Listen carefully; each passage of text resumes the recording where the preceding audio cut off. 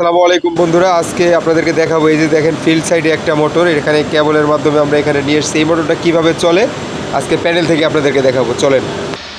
এই যে দেখতে পারতেছেন এই যে একটা ডল সার্কিট, এখান থেকেই মূলত এই যে এমসিবি আমরা ইউজ করছি, এখানে একটা ডল সার্কিট বানাইছি। এখান থেকে ইনপুট এবং এখান থেকে আউটপুট হয়ে এই যে এখান থেকে এই মোটরটাই এই কেবলটাই ওই ফিল্ডে চলে গেছে আর কি। সো আমরা যখন এখান থেকে অন করব বা ফিল্ড থেকে অন করা যায়, আমাদের একটা মোটর 3 জায়গা থেকে অন করা যায়। যখন আমি অন করব দেন হচ্ছে ওইখানে মোটরটা চলবে। আমাদের এটা হচ্ছে ইলেকট্রিক্যাল প্যানেল রুম।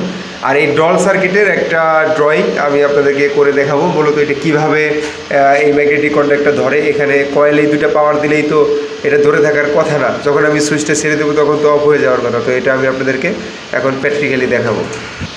এই যে বন্ধুরা দেখেন, আমি একটা ডল সার্কিট আঁকাইতেছি। এটা খুব সিম্পল ওয়েতে আঁকাইতেছি। আমি আগে আঁকাই, তারপর হচ্ছে আমি আপনাদেরকে বুঝাই দিব।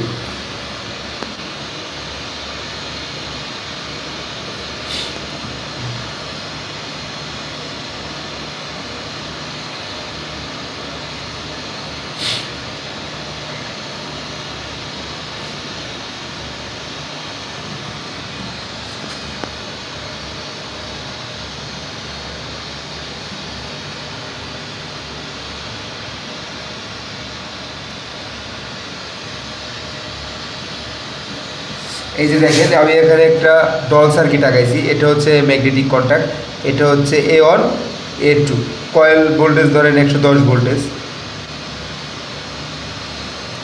এখন আমি যখন এখানে এটা হচ্ছে একটা সার্কিট ব্রেকার, মানে কন্ট্রোলিংয়ের জন্য একটা ব্রেকার অন করলাম।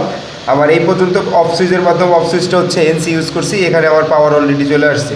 যখন আমি অন সুইচ পুশ করার সাথে সাথে কী হবে, আমার এখানে লাগার সাথে সাথে আমার কন্ট্যাক্টটা অন হয়ে যাবে। অন হয়ে গেলে আমার কি হলো, এখান থেকে 3 ফেজ আউটপুট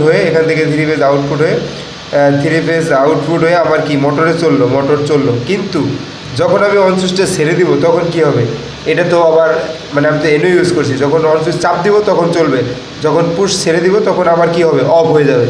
এখন এটা যাতে অফ না হয় সেই কারণে আপনি কি করবেন, এই ম্যাগনেটিক কন্ট্যাক্টের এখান থেকে একটা এনও ইউজ করে দিবেন। এটা হচ্ছে এনও।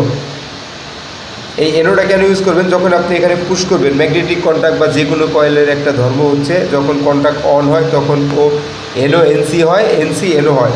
তো যখন আপনি পুশ করবেন, পুশ করার সাথে সাথে ও কী হবে, ও এনসি হয়ে যাবে। এনসি হলে কী হবে, যখন আপনি এটা ছেড়ে দিলেও ও কী হবে, এইখান দিয়ে এনোটা এনসি হয়ে এখান দিয়ে পাওয়ার হয়ে এই কন্ট্যাক্টটা অন থাকবে।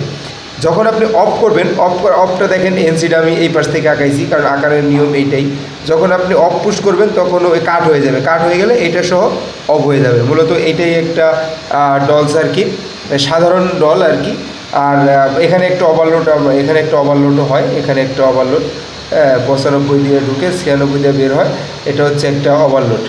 মানে এটা জাস্ট বোঝানোর জন্য বললাম যে আমরা এইভাবে সাধারণ ডল করেও আমরা ছোটোখাটো মোটর, মূলত 7.5 কিলোওয়াট পর্যন্ত একটা মোটর আমরা চালাতে পারি। ভিডিওটা ভালো লাগলে কমেন্টের মাধ্যমে জানাবেন। ধন্যবাদ।